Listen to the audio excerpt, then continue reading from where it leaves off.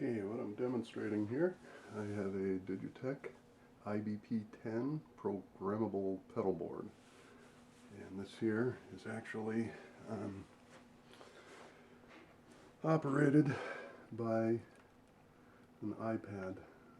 This is generation 2, so it's an older style. The whole board is basically 2010 or 2011. I'm sorry, I can't remember which it is off the top of my head right now. But anyways, so yeah, this sits in here. There's a cable there. As long as the unit is powered on, it is actually charging. This thing is built extremely rugged. This is all metal construction. On the back, if we take a quick look here, basically you have an output volume. It can stereo out either in 1/4 inch or in XLR. It does have a USB port on here. There is an effects loop. You have a ground lift. You have an input and output, which good thing I'm checking now because I had that in the wrong place. This is the guitar input. And actually you have, for the output, there's a button for the mixer or the amp. And at this point in time, I am going through, I will be going through Pro Tools 10 in the computer. You're going to be hearing the sound through my Roland studio monitors, just directly into the camera. So push that on, we're 100% charged, swipe to come in. I'm really not an Apple person I've got this iPad and my Pro Tools is actually on an Apple computer, but that's really my whole experience with Apple products, so I'm a little ignorant with them. But here is the pedal board program.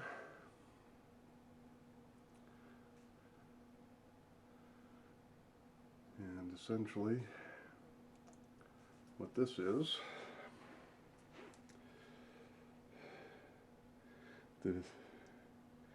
you can go in and select pedals. You can turn them on from out here. Seeing that the lights are coming on, okay. You actually have inventories. I can go in, there's my wah, which, you see that kicked it on, kicks it off, noise gate, equalizer. There's an unbelievable amount of pedals in a pedal library. There is amp modeling, speaker cabinet modeling, and basically what you end up doing is you set up all the parameters of everything that you want to.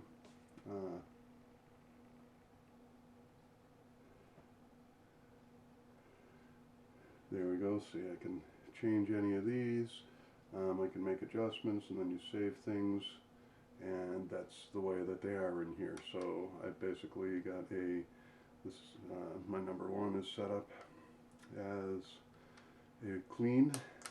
My number 2 is so a little bit of a crunch.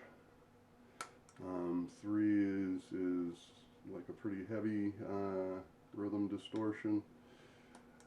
4 is lead work, and 5 is like death metal is what I got that set up for, okay.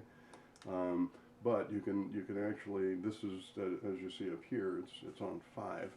There is quite a amount of selections you can do. You can set up pretty much an entire show on here.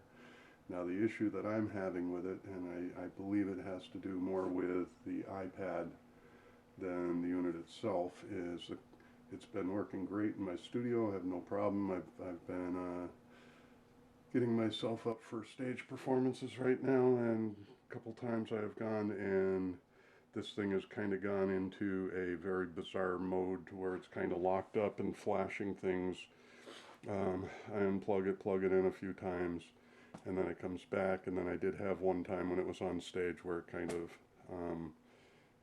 just I couldn't get volume out of it anymore, and it was doing the freeze thing and flicker at the same time. So again, there is some kind of ghost within the machine, and that's pretty much why I'm getting something different for my stage thing. But if somebody is familiar with this kind of electronics, this unit again, it's built extremely well. It could just be that it needs a good cleaning internally. I really don't know. I'm not an electronics person. But with all that being said, let's go through and show some of the things that this is capable of doing. I'm going to start off with my vibration, electric acoustic.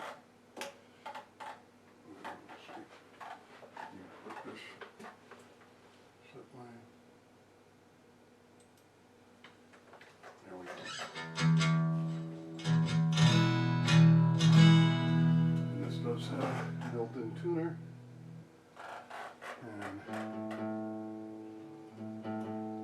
I'll go through the motions right now. Probably edit or speed this up or something to not bore everybody with the tuning song. And then hit any button to exit the tuner and brings you right back where you left.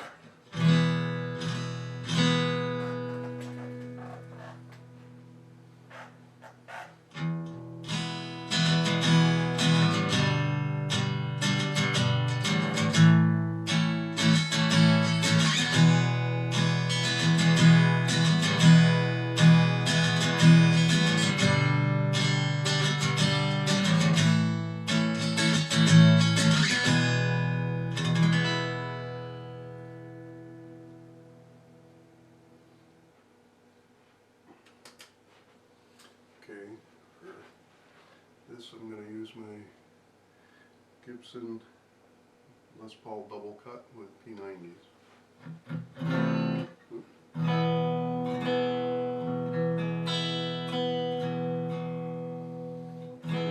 Clean, and we go to a little bit of a crunch.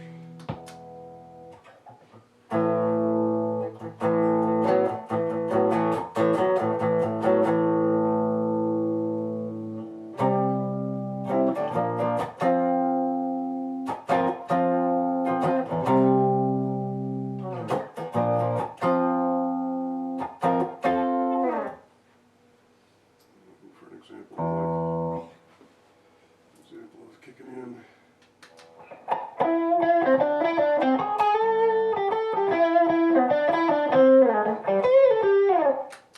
So it's just, like I said, the pedals are active.